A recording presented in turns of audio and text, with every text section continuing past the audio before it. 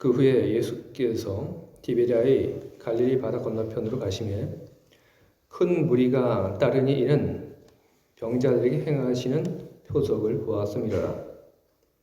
예수께서 산에 오르사 제자들과 함께 거기 앉으시니 마침 유대인의 명절인 유월절이 가까운지라. 예수께서 눈을 들어 큰 무리가 자기에게로 오는 것을 보시고 빌립에게 이르시되 우리가 어디서 떡을 사서 이 사람들을 먹이겠느냐 하시니, 이렇게 말씀하심은 친히 어떻게 하실지를 아시고 빌립을 시험하고자 하심이라. 빌립이 대답하되 각 사람으로 조금씩 받게 할지라도 200데나리온의 떡이 부족하리이다. 제자 중 하나 시몬 베드로의 형제 안드레가 예수께 여짜오되 여기 한 아이가 있어 보리떡 5개와 물고기 2마리를 가지고 있나이다. 그러나 그것이 이 많은 사람에게 얼마나 되겠사옵나이까. 예수께서 이르시되 이 사람들로 앉게 하라 하시니 그곳에 잔디가 많은지라 사람들이 앉으니 수가 5,000명쯤 되더라. 예수께서 떡을 가져 축사하신 후에 앉아있는 자들에게 나눠주시고 물고기도 그렇게 그들이 원대로 주시니라. 그들이 배부른 후에 예수께서 제자들에게 이르시되 남은 조각을 거두고 버리는 것이 없게 하라 하시므로 이에 거두니 보리떡 5개로 먹고 남은 조각이 12바구니에 찼더라. 그 사람들이 예수께서 행하신 이 표적을 보고 말하되 이는 참으로 세상에 오실 그 선지자라 하더라.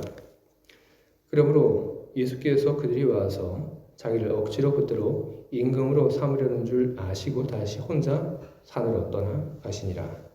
아멘. 우리 함께 기도하겠습니다. 이곳에 우리와 함께 하신 하나님을 믿으며 하나님을 찬미합니다. 오늘 하나님께서 우리를 향하여 하나님 말씀을 전하시니 우리들 마음이 무척 설레고 그리고 하나님 말씀이 기다려집니다. 하나님 말씀이 우리 마음속에 들어가 하나님 말씀이 우리 마음의 그 중심에 머물러 있을 수 있도록 성령께서 도우시기를 바랍니다. 하나님 말씀을 따라 사는 삶이 큰 열매를 거두게 하시고 그런 삶들을 통하여 하나님의 기쁨이 되게 하시옵소서. 예수 그리스도 이름으로 기도합니다. 아멘.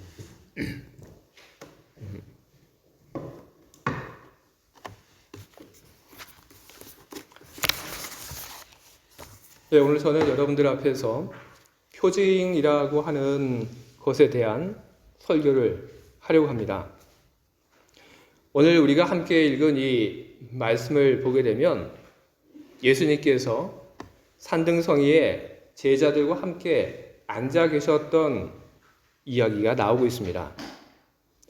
산등성이에 제자들과 함께 앉아있던 예수님께서는 당신을 향해 오는 무리를 바라보셨습니다.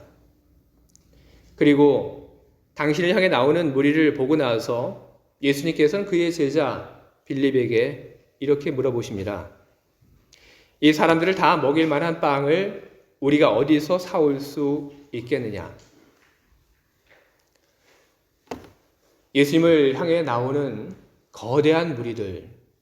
그런데 이 무리들은 어디선가 갑자기 튀어나온 그런 무리들이 아닙니다. 바로 얼마 전 예수님께서 병자들을 고치신 그것을 보고 예수님의 뒤를 쫓아 따라온 그런 무리들입니다. 수없이 많은 사람들이 먼 길을, 험한 길을 마다하지 않고 예수님을 따라오고 있습니다. 수없이 많은 사람들이 그렇게 할 수 있도록 결단하게 한 것, 그것은 다른 것이 아니라 표징입니다. 예수님께서 병자들을 고치신 그런 사건을 두고 공관복음서는 그 사건을 가리켜서 기적이라고 그렇게 부르곤 합니다.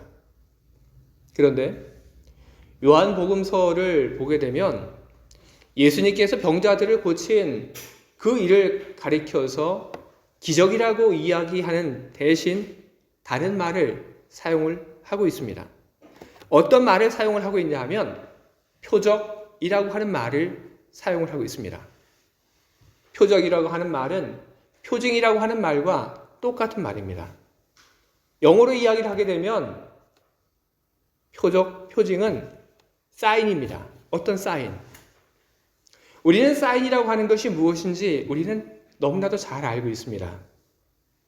어떤 표정, 움직임, 소리, 바로 이 모든 것이 사인이 될 수 있습니다.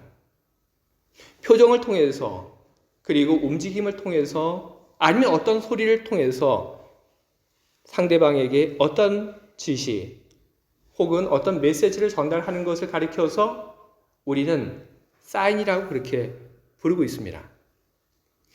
요한복음에 있어서의 표징, 예수님의 행위나 기적이 담겨져 있는 메시지를 가리켜서 표징이라고 부르고 있습니다.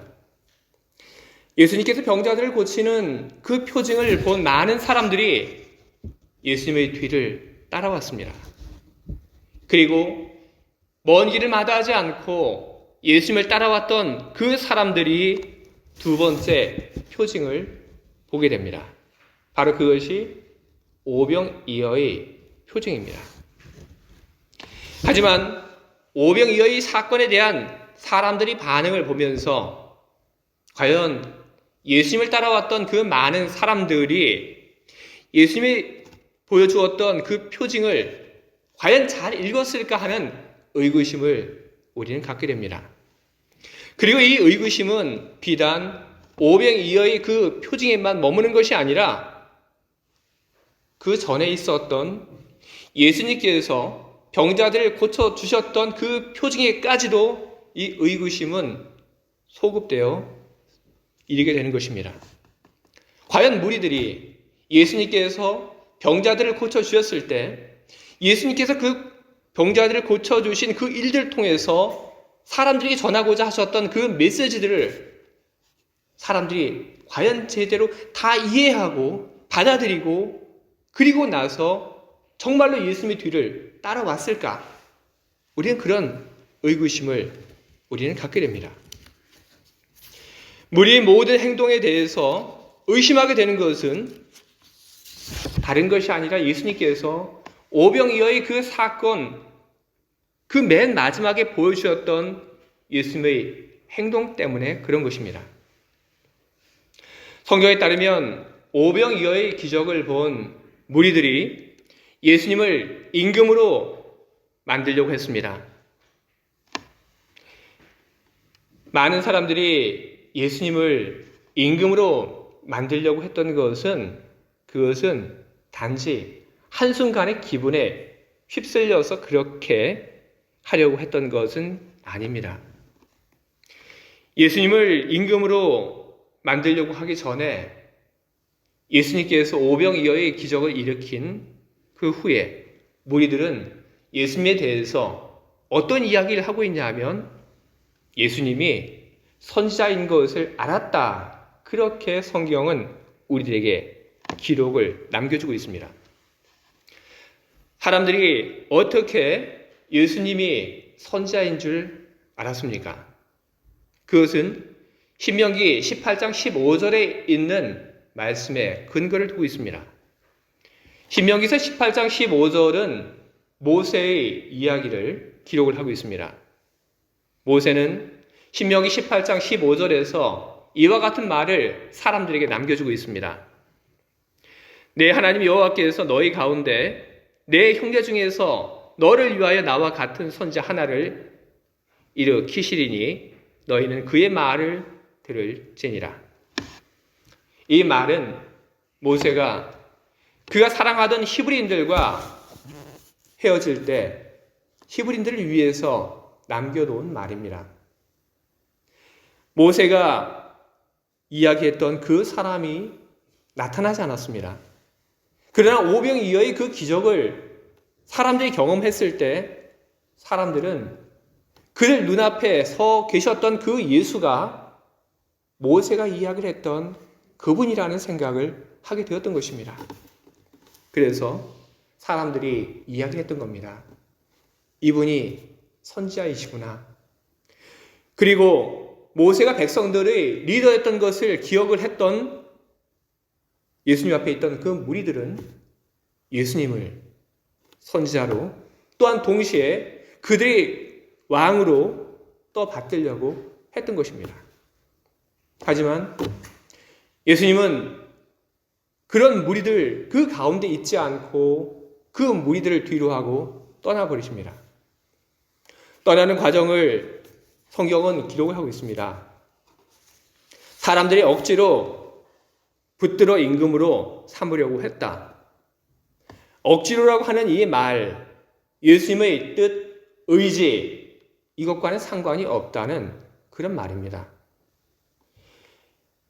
사람들이 너무 무례해서 사람들이 예수님에 대한 예의를 지키지 않아서 그래서 예수님께서 무리를 떠난 것인가? 그렇진 않습니다. 사람들이 예수님에 대해서 지켜야 할 예의를 지키지 않은 것은 맞지만 그것이 예수님께서 사람들을 떠나신 이유는 아닙니다. 예수님께서 당신을 선지자로 고백을 하고 예수님을 임금으로 섬기려고 했던 사람들을 떠났던 그 이유는 무엇인가? 예수님께서는 후에 그가 떠났던 그 무리를 다시 만났을 때 그 이유를 이렇게 이야기하고 계십니다. 요한복음 6장 26절, 27절에 그 말씀이 기록되어 있습니다. 내가 진정으로 너희에게 말한다. 너희가 나를 찾는 것은 표징을 보았기 때문이 아니라 빵을 먹고 배가 불렀기 때문이다. 너희는 썩어 없어질 양식을 얻으려고 일하지 말고 영생에 이르도록 남아 있을 양식을 얻으려고 일하여라. 예수님께서 사람을 떠나신 이유가 이렇게 나와 있습니다. 예수님께서 사람들을 떠나신 그 이유는 예수님께서 보낸 그 사인, 그리고 그 사인을 받은 사람들이 보여준 그 행동이 서로 맞지 않았기 때문에 그런 것입니다. 예수님께서 사람들에게 먹을 것을 주시는 그 일들을 통해서 담아 보낸 메시지가 있습니다. 그리고 그 메시지를 담아 보내셨을 때 예수님께서는 그 메시지를 캐치한 사람들이 이렇게 행동할 것이라고 하는 예수님은 기대가 있었습니다. 하지만 사람들의 반응은 예수님께서 생각을 했던 그런 반응을 보이지 않았습니다. 왜? 무리들이 예수님께서 보내신 그 사인을 제대로 캐치하지 못한 것입니다. 왜 예수님께서 보내신 그 사인을 왜 캐치하지 못했나? 빵을 먹고 배가 불렀기 때문이라고 예수님께서 말씀을 하십니다. 예수님은 무리들에게 그런 메시지를 보내지 않으셨습니다.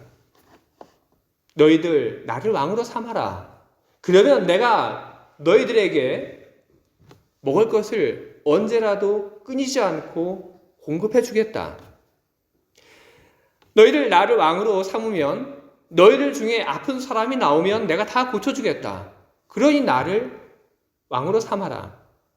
예수님은 그런 사인을 내지 않으셨습니다. 그러나 그런 생각을 하고 그런 욕심을 가지고 예수님을 임금으로 삼으려고 했던 것, 그것은 철저하게 자기 욕심에서 나온 행동들인 것입니다. 나의 유익, 바로 그것이 예수님께서 보여주셨던 그 메시지를 캐치하지 못하도록 하고 전혀 엉뚱한 행동을 하게 만들었던 것입니다.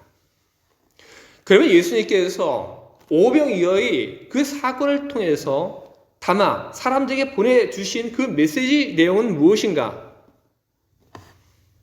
예수님께서는 후에 다시 만났던 그 무리들과의 그 대화 속에서 예수님 당신이 그 일들을 통해서 담아 보내셨던 그 메시지 내용이 무엇인지를 정확하게 말씀을 하고 계십니다. 예수님께서 오병이어의 그 사인을 통해서 보내신 그 메시지와 관련한 두 가지 중요한 말씀이 우리들이 가지고 있는 성경에는 기록이 되어 있습니다. 저는 공동번역으로 요한복음 6장 57절과 역시 공동번역으로 요한복음 6장 45절에 있는 말씀을 여러분들에게 소개를 하려고 합니다. 먼저 요한복음 6장 57절입니다. 살아계신 아버지께서 나를 보내셨고 내가 아버지의 힘으로 사는 것 같이 나를 먹는 사람도 나의 힘으로 살 것이다. 요한복음 6장 45절입니다. 예언서에 그들은 모두 하나님의 가르침을 받을 것이라고 기록되어 있다. 누구든지 아버지의 가르침을 듣고 배우는 사람은 나에게로 온다. 요한복음 6장 45절에서 예수님께서는 아버지의 가르침을 듣고 배우는 사람은 나에게로 온다. 그렇게 말씀을 하셨습니다. 어떤 뜻이겠습니까? 하나님이 말씀하신 것을 듣고 배웠던 사람들은 과연 하나님이 말씀하신 그 약속들이 제대로 다 이루어졌는지 확인하고 싶은 마음이 생기게 됩니다. 그래서 하나님이 말씀하신 것이 정말로 다 이루어졌는지 확인하기 위해서 예수님을 찾아오게 되는 것입니다. 그리고 봅니다. 예수님의 그 만남을 통해서 하나님께서 약속하신 그것이 이루어졌다고 하는 것을, 그리고 지금 이루어지고 있다고 하는 것을 보게 되는 것입니다.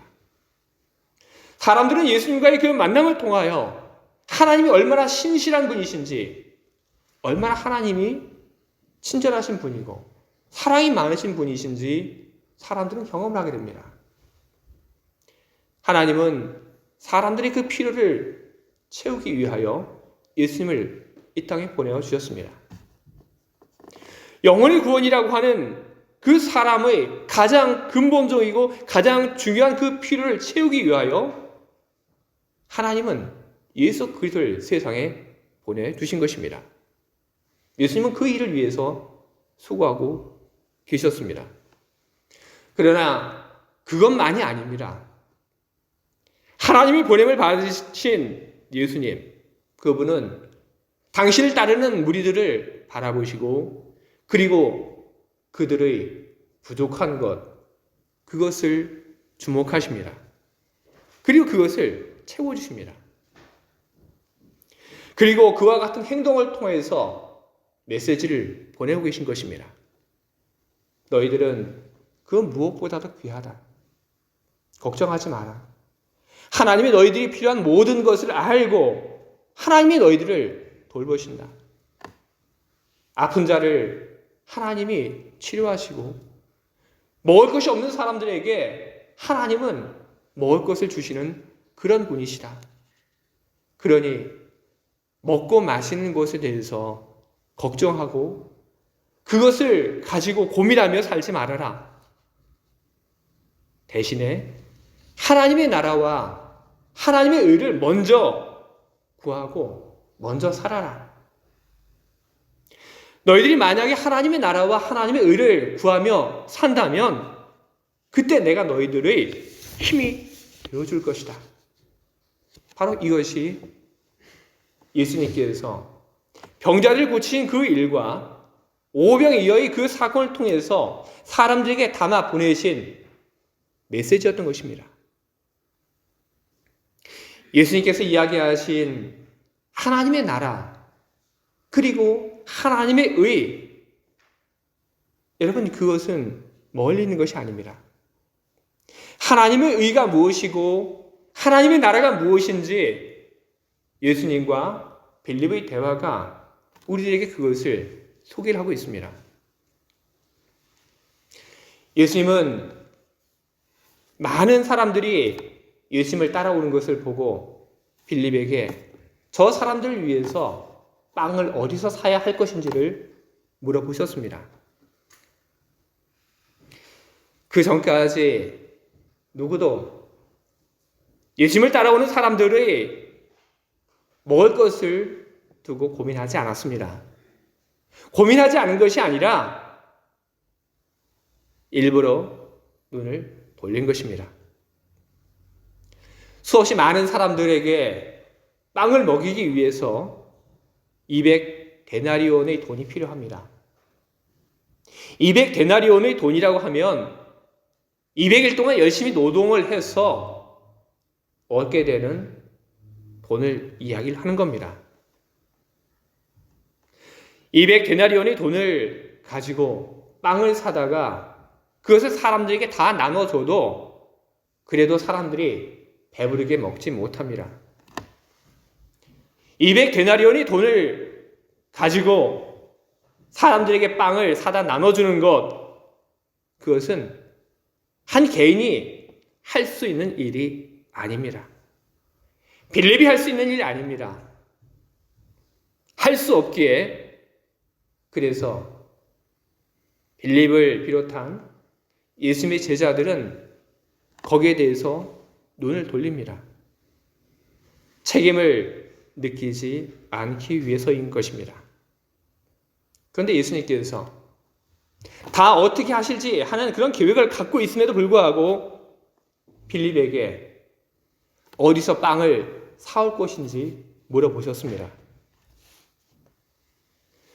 빌립이 예수님의 질문을 듣고 거기에 대해서 대답을 합니다.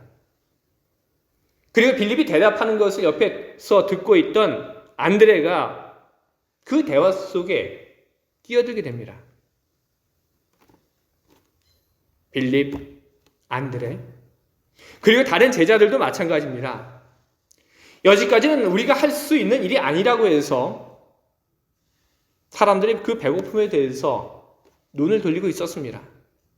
하지만 이제 예수님의 그 대화로 말미암아 예수님의 제자들 모두는 배고픈 사람들, 그들이 겪고 있는 문제에 대해서 눈을 돌리지 않고 바라보게 된 것입니다. 신자라고 하는 것은 여러분, 바로 이런 일을 할 줄 알아야 하는 것입니다. 다른 사람들의 그 고통에 대해서 내가 해결할 수 없다고 해서 눈을 돌리는 것이 아니라 책임을 느끼고 바라보는 것. 바로 그것이 신자들이 해야 하는 일들인 것입니다. 그리고 그것이 바로 하나님께서 옳다, 의롭다 하시는 일들인 것입니다.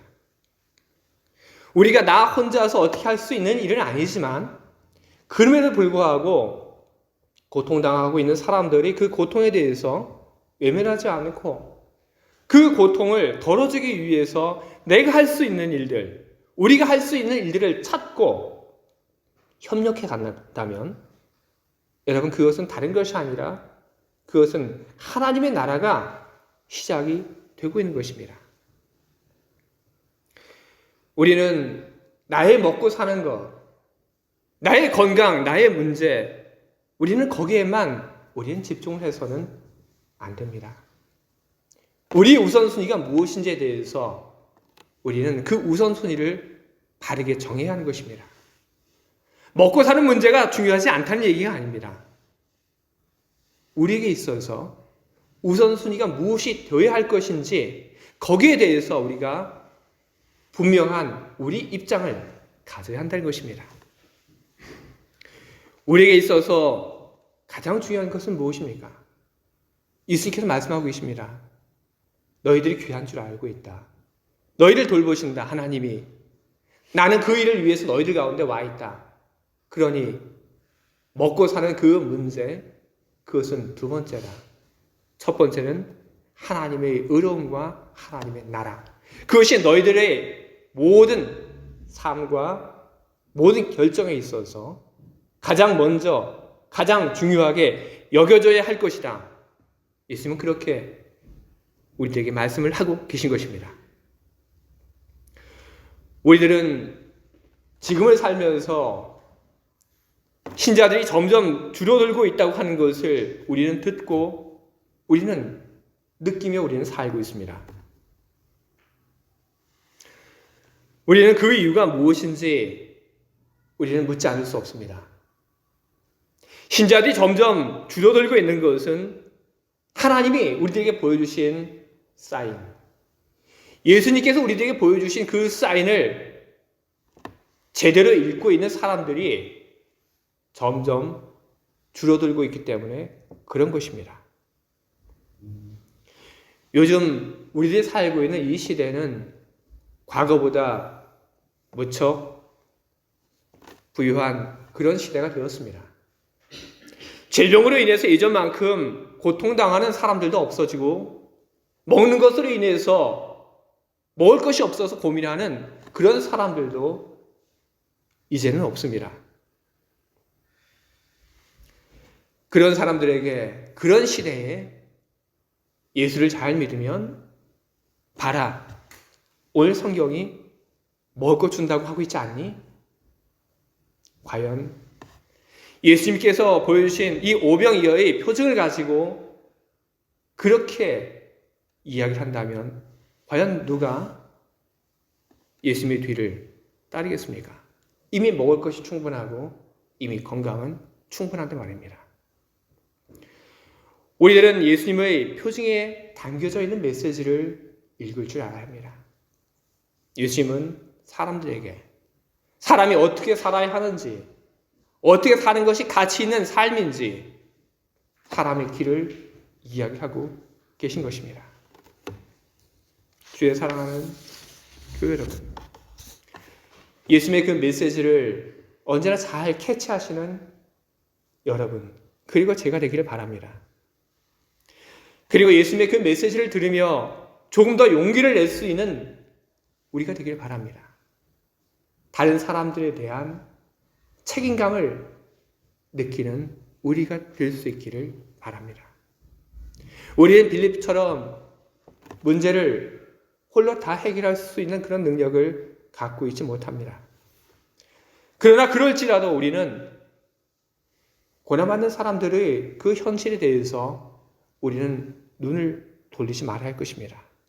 고민하고 일하고 고난받는 사람들의 그 현실 속에 우리 하나님의 도움이, 하나님의 은총이 함께하기를 바라고 기도하는, 그리고 하나님의 뜻이 이루어질 수 있도록 우리 자신을 드리는 그런 삶을 우리는 살아야 할 것입니다. 주의 사랑하는 교회 여러분, 하나님께서는, 그리고 예수 그리스도께서는 우리들에게 수없이 많은 사인을 보내고 계십니다. 오늘 우리는 성경을 통해서 예수님을 따르는 무리들이 2개의 사인을 보았다고 하는 것을 우리는 보았습니다. 그리고 그 사인이 어떤 의미인지도 우리는 보았습니다. 예수님은 단 이 2개의 사인만이 아니라 우리가 살아가는 매일매일의 삶 속에서 우리 주님은 사인을 내고 계십니다. 주님이 여러분에게 그리고 저에게 보내는 그 모든 일들 속에 담겨져 있는 주님의 메시지를 여러분 잘 찾으시기 바랍니다. 주님이 보내신 그 사인 속에 담겨져 있는 그 메시지를 찾는 일, 그것은 마치 보물을 찾는 그 일과 다를 바가 없습니다. 하나님이 우리에게 보내주신 그 사인을 잘 캐치하시는 여러분 되시기 바랍니다. 그리고 그 사인을 잘 캐치하시고 주님의 뜻을 따라 살아가는 여러분들이 되시기 바랍니다. 그때 예수님께서 약속하신 그 말씀 그대로 예수 그리스도께서 여러분에게 힘을 주시기를 주님의 이름으로 축원드립니다. 아멘. 함께 기도하겠습니다.